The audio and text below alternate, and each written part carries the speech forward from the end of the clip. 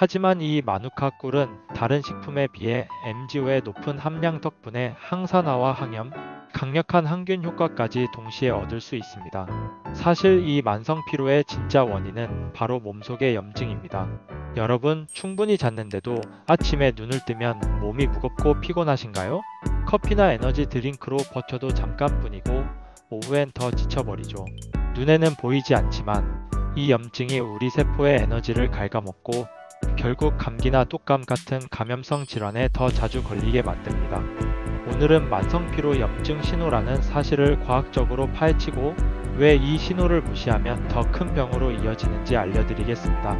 우리 몸은 세균, 바이러스 같은 외부 침입자가 들어오면 면역 반응을 일으켜 싸웁니다.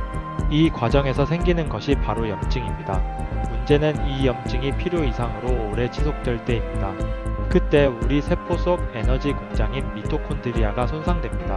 미토콘드리아는 우리가 먹은 음식과 산소를 이용해 ATP라는 에너지를 만들어내는데 ATP는 말 그대로 세포가 움직이고 살아가는 데 필요한 배터리입니다.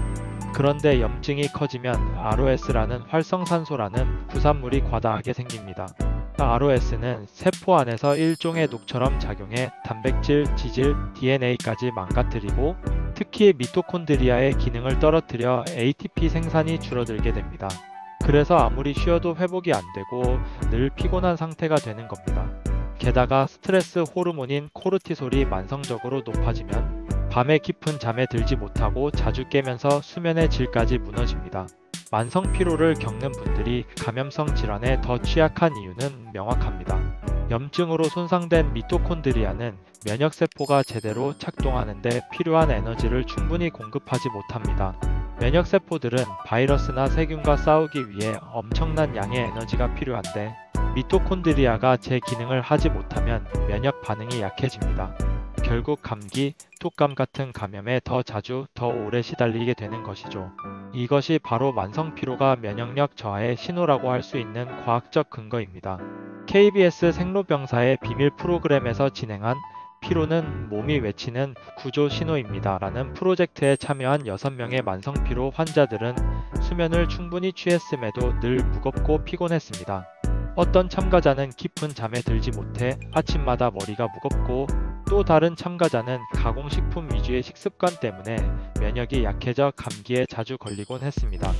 그런데 3주 동안 수면 습관 개선, 가벼운 운동, 항산화 항염 식품 섭취를 실천한 결과 참가자들의 피로감이 줄고 면역력이 회복되며 감염성 질환에도 덜 걸리는 변화를 경험했습니다. 그럼 이렇게 생각하실 수 있어요. 운동하면 되는 거 아닌가? 물론 운동은 필요합니다. 하지만 이미 염증이 높은 상태에서 무리한 운동은 오히려 피로를 악화시킬 수 있습니다.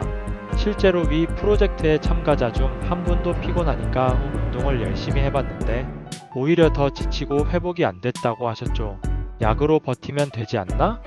물론 약은 피로를 일시적으로 완화하거나 염증 반응을 억제해 줄 수 있습니다. 하지만 이건 근본 원인을 해결하는 게 아니라 증상만 덮는 임시방편에 불과합니다.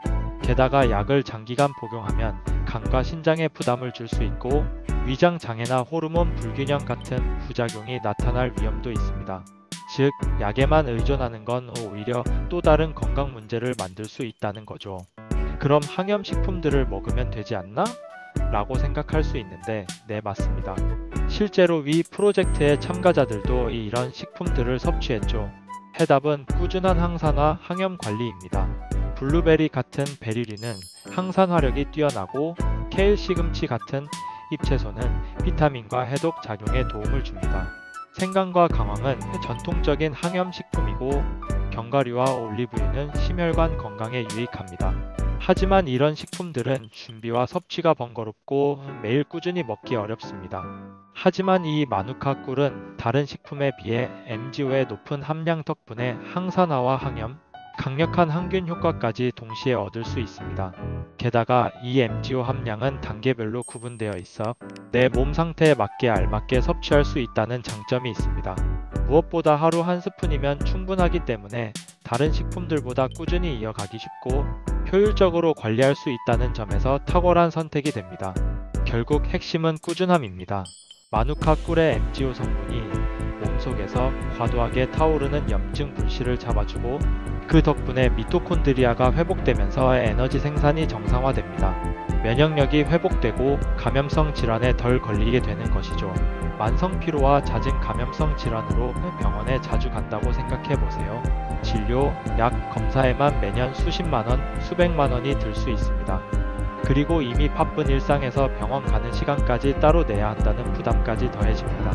하지만 하루 한 스푼 마누카 꿀을 생활 습관에 추가한다면 이런 엄청난 비용과 시간을 절약하면서 내 몸의 염증을 관리하고 에너지를 회복할 수 있습니다.